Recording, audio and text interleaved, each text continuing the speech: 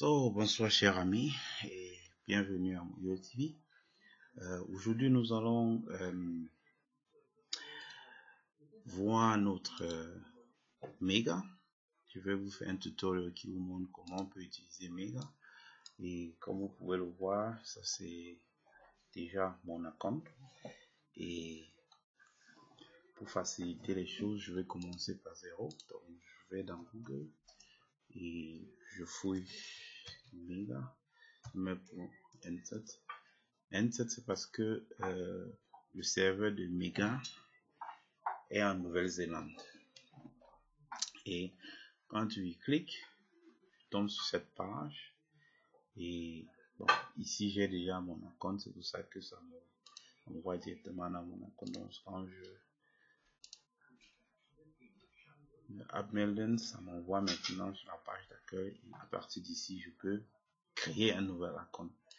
Créer un nouvel, ça veut dire je remplis mon prénom, mon nom, mon email et mon mot de passe. Et je clique sur oui, je suis d'accord avec la loi et voilà, je crée mon compte.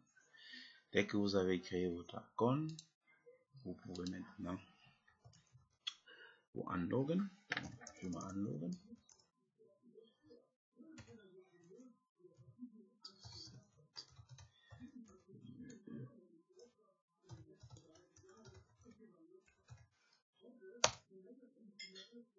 Et dès que vous avez créé votre compte, vous tombez maintenant sur cette page. Donc ici nous allons commencer d'abord par le dashboard. Donc le dashboard ici donne un peu un résumé de ton compte de Mega. Ça veut dire nous avons ici, tu peux mettre l'image si tu veux, tu mets ton nom, ton email, tu vois le statut de ton compte. Ici c'est un compte gratuit et on montre depuis quand je suis membre quoi. Et tu peux aussi augmenter, upgrade ton compte, mais là quand tu cliques sur upgrade, c'est pour payer. Donc ici maintenant nous avons notre ressource. Ici j'ai utilisé 34,5 mégas de 50 gigas que j'ai comme, donc c'est encore ça. Tu vois, dans mon Cloud Drive j'ai 34,2 mégas et dans la corbeille j'ai 360 kW. Ce sont les données que j'ai effacées. Ici en haut tu as tous mes données. J'ai 93 données que j'ai déjà enregistré. J'ai 13 fichiers et maintenant j'ai deux fichiers dans la corbeille et ici tu vois j'ai 3 fichiers que j'ai fragé, c'est-à-dire que j'ai envoyé à l'extérieur, c'est-à-dire que les gens peuvent sauvegarder à partir de l'extérieur. Et vous voyez le nombre de liens que j'ai exportés, c'est 1 et les versions précédentes, il y a 3 versions précédentes. Donc ça c'est un peu en général. Et ici quand je vais dans, ça c'est le dashboard. Maintenant je vais dans le Cloud Drive. Le Cloud Drive c'est un peu le cœur en fait tout le système. Ça veut dire ici tout, vous voyez déjà mes données, ça c'est mes fichiers et tous ces fichiers dont j'ai créé. Vous voyez, si je clique là, je vais à l'intérieur, je vois tout ce qui est à l'intérieur. Idem pour celui-ci, tu vois, ce sont tous les données que j'ai ici à l'intérieur. La même chose avec ici. Et quand nous revenons ici, tu vois ici, je peux créer un nouveau.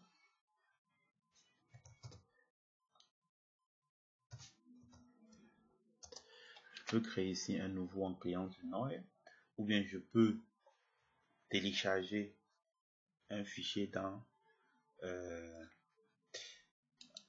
bon, il faut faire attention parce qu'il y a je dois encore vérifier.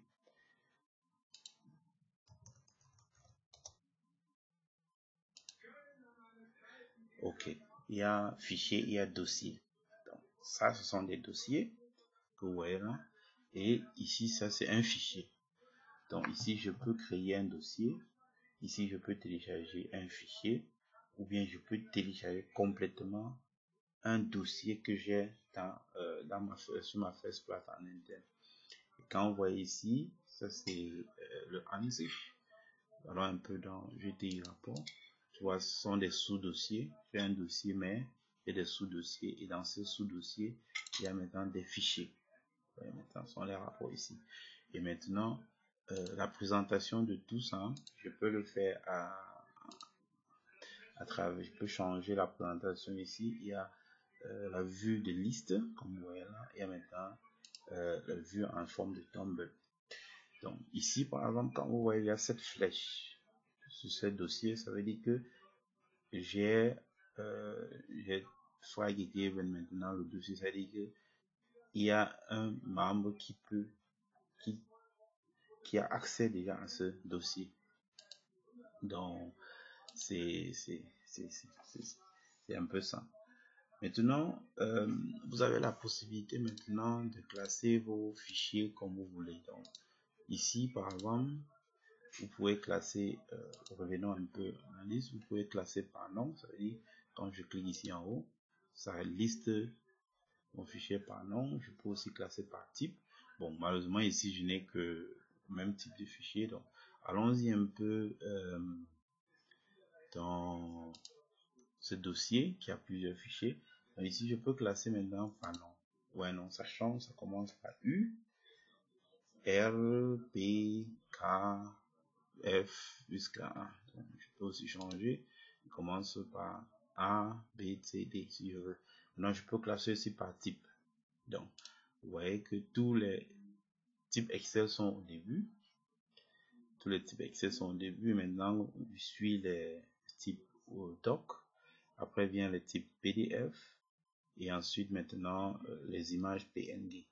Donc, vous pouvez aussi classer par ordre de la date dont le fichier a été téléchargé ici. Donc, c'est là, je clique là-dessus et ça me classe en fonction par ordre de la date. Quand vous voyez les dates ici, soit par le dernier, soit par le premier. Donc, en fonction de comment je veux. Malheureusement, je les ai téléchargés presque le même jour. Ouais, seulement les heures qui diffèrent. 21h59, 22h, etc., etc. Donc, c'est un peu ce qui concerne les dossiers. Maintenant, revenons un peu à notre dossier ici. Nous avons aussi la possibilité, nous pouvons cliquons ici, pour rentrer maintenant au dossier mère. Donc, ça veut dire ici, nous avons notre dossier mère. Et quand nous faisons le clic, nous pouvons ouvrir. Ouais, nous avons aussi les infos. Ici, c'est le nom du dossier, ça c'est la grosseur. Il y a combien de... nous voyons que dans ce dossier, il y a 4 sous-dossiers avec 6 données, avec 6 fichiers.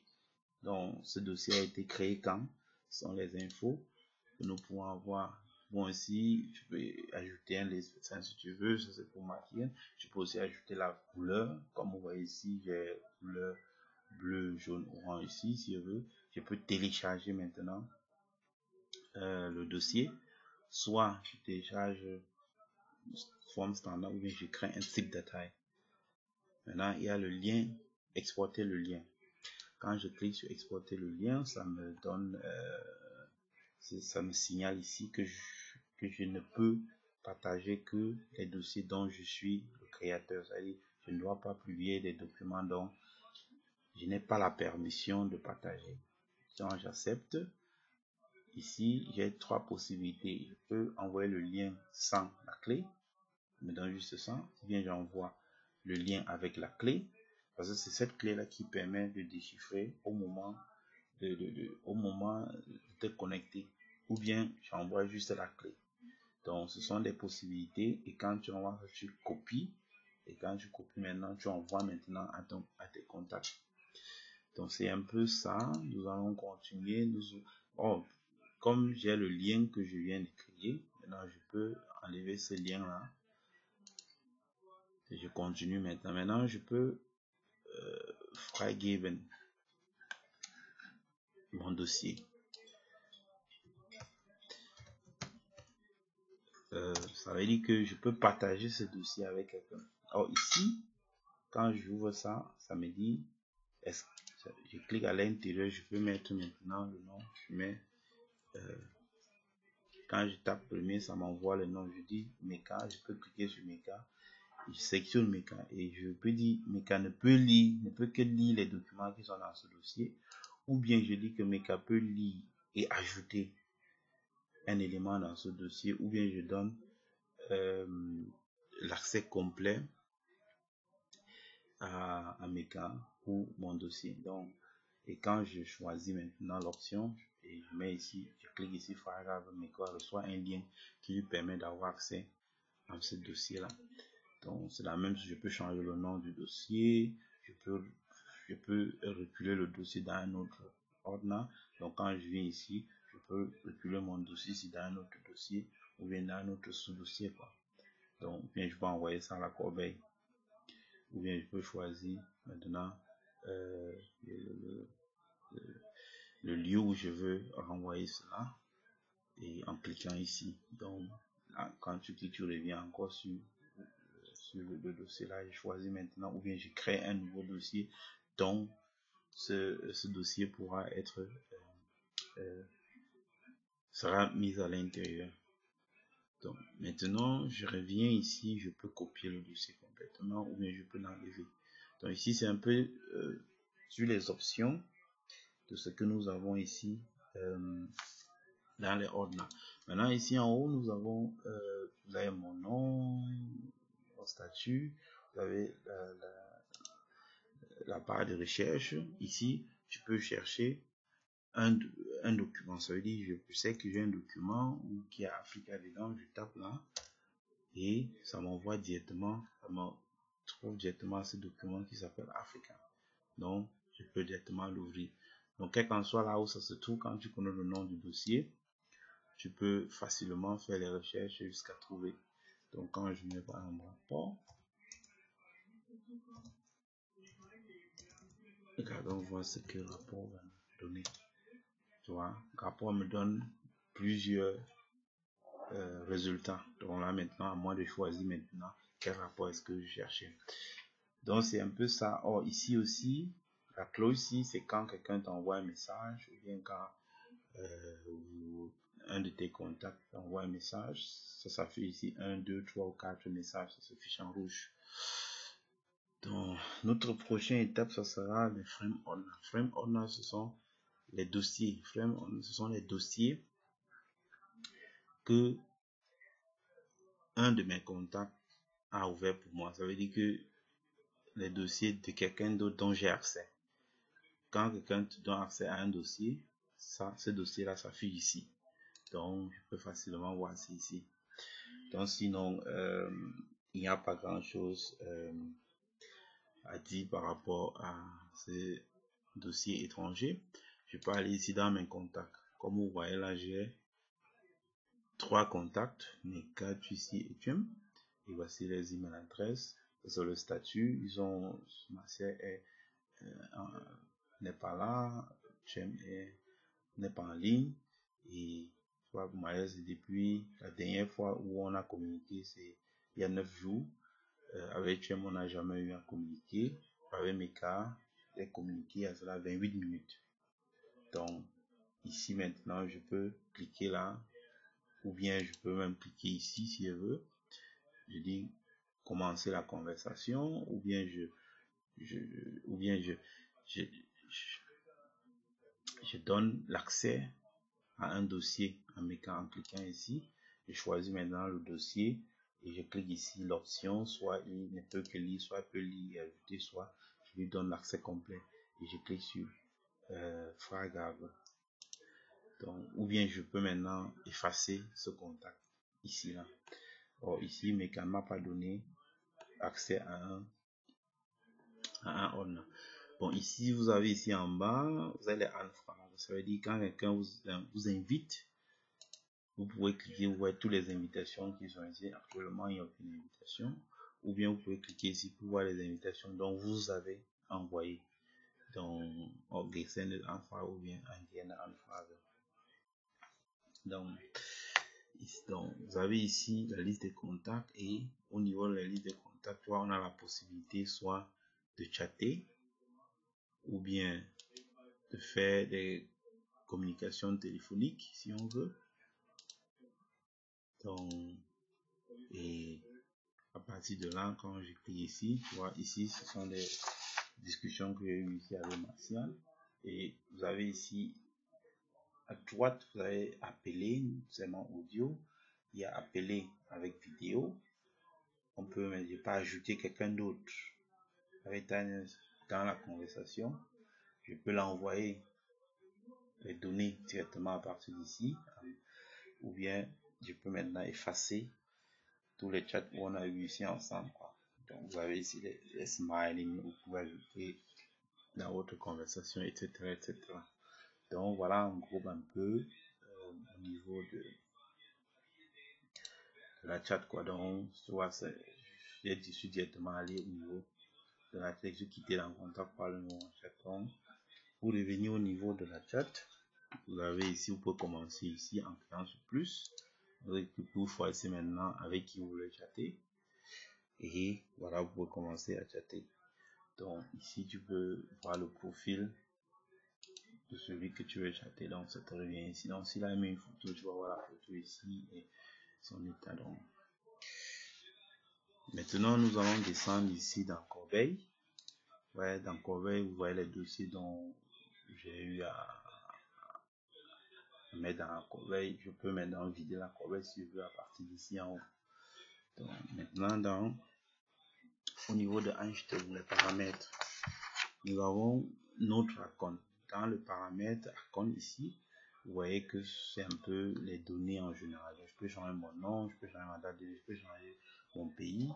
Donc ici, ça me donne encore les informations sur le nombre, les capacités dont j'ai déjà utilisé et les types de données que j'ai. Ça c'est le statut de mon icône. Et ici, combien d'argent est-ce que je dois payer. Ici, c'est 0 parce que j'ai un icône, un free account. Donc ici, je peux aussi effacer complètement mon account de Mega en cliquant ici. Maintenant, il y a email et password. Or, ici, vous allez voir ici que les passwords ne sont pas que je parle chez Amiga. Ça veut dire que pour celui qui s'est le password, c'est compliqué à cause du Sicherheit.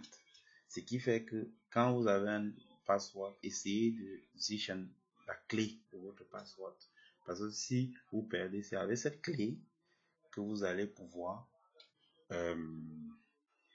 réactiver votre account. Donc, quand vous cliquez ça, vous voyez ici, je peux maintenant speichern. Ça, c'est la clé qui me permet de réactiver mon account quand j'ai perdu le password. Donc, c'est ça la clé ici. Je peux copier ça et j'enregistre ça dans un texte à taille. Donc, c'est un peu ça. Je peux revenir ici. Je vais ici là. Paramètres. Nous avons ici le paiement, etc. Bon, c'est pas trop important. Quand vous avez un compte ici, il y a le fail-off. Le fail-off montre un peu tous les systèmes où tu t'es enregistré. Donc ici, par exemple, vous voyez, je m'en suis enregistré. Dernière activité, c'était aujourd'hui. Donc ça, c'est actuel. Eigene, ça veut dire que ça, c'est ma session actuelle. Vous voyez sur quel ordinateur je me suis enregistré. Ça IP adresse, c'est mon IP adresse actuel. Vous voyez maintenant un autre ici qui est le 13 à 8h41, c'est actif. Donc c'est un autre IP adresse, ça va être celui de mon ordinateur du bureau. Donc celui-ci il y a abgelaufen. Vous voyez ici Android, ça veut dire que c'est celui de mon téléphone qui est aussi actif. Donc ça par exemple Megasim, je vais vous montrer tout à l'heure. Le Megasim qui est aussi actif, c'est sur mon ordinateur, je vais vous montrer tout à l'heure. Donc ce qui fait que je peux terminer mes sessions, toutes les sessions qui sont ouvertes actuellement dans mon account à partir d'ici. C'est-à-dire dans tous les appareils où mon account est actif, je peux les fermer à partir d'ici. Donc, vous voyez ici les dernières sessions. Donc, je peux les terminer. Maintenant, les Benachrichtigungen, ça veut dire, quand on m'envoie un message, je peux paramétrer ça ici. Donc, soit c'est le Ordner, soit c'est le chat, je peux activer, ou bien c'est un contact, soit je peux activer ou désactiver. Maintenant, quand on va sur, je peux maintenant ici, le bonus overflow, ça veut dire que c'est front-end, je dis que bon, c'est Ordner spécifique, je peux faire un dash, donc il y a Ordner spécifique. Même chose avec les transferts. Ici, je mets à 4, je peux mettre à 5, c'est-à-dire je peux faire le upload fait binou, jusqu'à 5 upload fait binou. Même chose avec le download fait binou. Jusqu'à 5 ici, le upload que je finis je ne begrenze pas, et ça va très vite. Et même chose, bon, méga sérieuse, je vais vous montrer tout à l'heure, qui est aussi une application avec laquelle vous pouvez facilement bien gérer vos données. Donc, tu peux maintenant essayer de faire un Fairview test. Donc, c'est un peu ça. Ici, en bas, le dernier, c'est le data travel. Donc, quand je viens de télécharger un donné, ça s'affiche ici. Je vais prendre un exemple. Je vais dans données, je clique sur GTI, data cloud, je choisis un rapport, par exemple. Je mets là. Maintenant, on me dit que le rapport est déjà à l'intérieur. Est-ce que je peux actualiser je vais actualiser mon rapport, ou bien je vais changer le nom de ce rapport. Donc ça dit, ça fait faire 2 rapports, ou bien je saute, je passe une poste ce rapport là. Donc je peux dire que ok, et pendant ce temps, quand va passer, ici dans Data je vois ça ici, c'est ça ici qui le statut est beenden. Pour voir si mes ordres sont bien hochladen ou pas. Donc c'est ça, ce statut là que je vois ici dans Data Event Travel. Donc si c'est encore le rôle là, tu peux voir encore le truc qui est en train de passer. Maintenant, je peux faire Application Solution ou bien aller Transfer Solution si je veux. Mais je peux stopper à partir d'ici les transferts. Donc c'est un peu ça. Allons un peu dans le menu. Le menu c'est celui-ci. Et ici j'ai mon account. Ou quand tu cliques ça te renvoie ici. J'ai le Return Choose. Le Return Choose, comme je vous ai montré tout à l'heure, ce qui permet d'activer votre compte lorsque vous avez perdu votre mot de passe. Je peux encore si je veux, je peux mettre Admelden. Il y a le bloc. Quand tu cliques dans le bloc, ça t'envoie directement dans le bloc où tu peux communiquer avec les autres membres ou bien avec les développeurs. Donc, je viens ici. La même chose avec Online Info. Donc, si je clique dans Online Info, c'est-à-dire je peux venir ici, je cherche, faire maintenant mes recherches. Vous avez les Frequent Access Questions, où tu peux poser toutes tes questions et avoir des réponses par rapport par les développeurs. C'est la même chose avec le Direct Contact qui j'envoie un message directement au développeur. Et ici, je peux revenir ici et je peux voir les revendeurs de Mega. Tu vois, ce sont les partenaires de Mega, ceux qui vendent maintenant les Speicherplätze de Mega. Les voici ici. Tu les vois. Donc, si tu cherches. Dans la langue, tu peux changer. Tu veux avoir des informations sur Mega. Tu peux maintenant lire ici. Depuis 13 ans, depuis 2013. Et tu vois un peu ceux qui ont travaillé sur ça, quoi. Ce sont les gens qui travaillent sur Mega ici. Donc, et ceux qui ont mis les photos, il y a ceux qui n'ont mis. Donc, c'est un peu ça. Donc, je vais revenir maintenant encore. Bon, ça c'est une compagnie privée, tu peux voir le contact. Maintenant, les feedbacks, tu peux donner tes feedbacks si tu veux ici. Ou d'ici c'est bien ou si c'est pas bien. Et ici, il y a les applications. Maintenant, nous avons une application Android dont vous pouvez télécharger sur votre portable et vous enregistrer tout comme vous avez fait ici. Et à travers cela, vous pouvez aussi gérer, vous avez accès à vos données où que vous soyez à travers votre application sur votre portable. Donc, maintenant, il y a ici SyncLine. C'est tout à ce que vous disiez tout à l'heure. C'est une application intéressante où vous pouvez télécharger. vous téléchargez, cela permet de synchroniser les données que vous avez dans Mega et les données que vous avez dans FastPlatter. Ça veut dire, par exemple, moi j'ai par exemple les dossiers, je vais vous montrer un peu ça. J'ai ici par exemple les dossiers ici de GTI par exemple. Or, par exemple, le dossier ci, je l'ai aussi.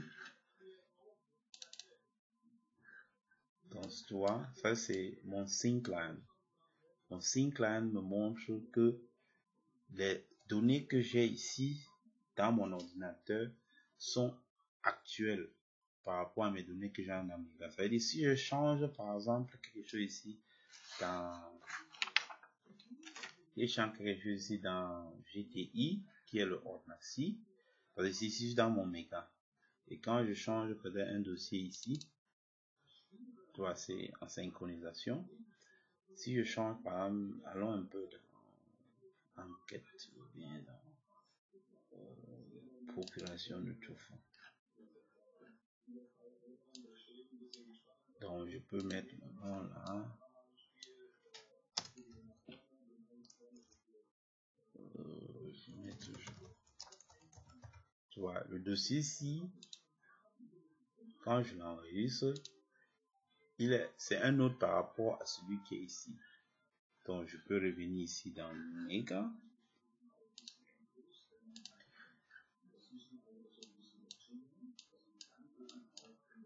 Ah, c'est plutôt dans, ça s'affiche plutôt dans l'autre écran. Ce Mega, à partir d'ici, je peux maintenant synchroniser. Malheureusement, je n'arrive pas à reculer le client. C'est un peu si je peux. Ah, c'est ça ici. Voilà, c'est ça qui vient ici. Donc, vous voyez, c'est ça ici. Mon client, mon sync là. Donc, comme j'ai changé quelque chose ici, je vais essayer de synchroniser maintenant avec mes données qui sont dans Mega. Donc, ce qui fait que quand je viens maintenant ici, vous voyez que Megasync est là. Ça ici, mais non, c'est pas ça. Donc, j'essaie de synchroniser et quand je vais ici, quand j'ouvre cette procuration, voilà, celui-ci ne s'est pas encore synchronisé. Mais il n'est pas encore actualisé. Voilà, ici c'est rouge, ça veut dire que il y a quelque chose qui a changé. Donc, ce qui fait que, bon, de toute façon, vous avez compris le principe. Je vais encore essayer de faire quelques recherches par rapport à ça. Normalement, il doit synchroniser mes données et automatiquement, quand je change quelque chose ici, quand je clique sur synchroniser, il doit pouvoir me synchroniser mes données. Donc, c'était un peu ça. Je vous conseille de télécharger celui-ci, le Megasync. C'est là, dans l'application. Bon, les autres, c'est pour les développeurs ici. C'est ceux qui veulent voir le software development kit SDK ou bien la documentation sur Mega. Tout ça se retrouve là. Donc, je crois que c'était un peu tout par rapport à Mega et si vous avez des questions, n'hésitez pas à les poser. Donc, je rentre dans mon icône. Je viens ici et là, je revois mes données. Et je prie alors chaque membre d'ouvrir un account Mega. Et dès que vous ouvrez un account Mega, vous me signalez avec quel email vous avez ouvert votre account Mega. Je vous envoie une invitation ou bien vous m'envoyez une invitation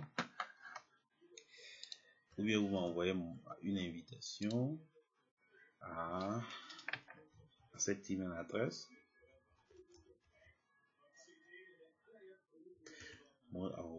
hotmail, ne confondez pas hotmail.de. Vous m'envoyez l'invitation à cet email parce que c'est cet email que je suis enregistré dans Mega. Donc J'espère que vous avez un peu suivi comment vous pouvez utiliser Mega, et avec les 50 gigas gratuits que nous avons, nous pouvons enregistrer nos données ici et facilement avoir accès partout où nous soyons. Donc, moi-même, tous mes dossiers, mes documents dont j'ai souvent besoin, je les enregistre ici, parce que quand j'arrive quelque part et que j'ai besoin d'un document, mon Lebenslauf par exemple, et que facilement j'ai besoin, j'ouvre simplement, j'ai ici quelques photos, et j'ouvre tout simplement ce document-là ici, je télécharge là où je suis, sans avoir à dire, oh, je dois porter une clé USB ou bien quoi que ce soit. Donc, bon, je vous remercie pour l'attention et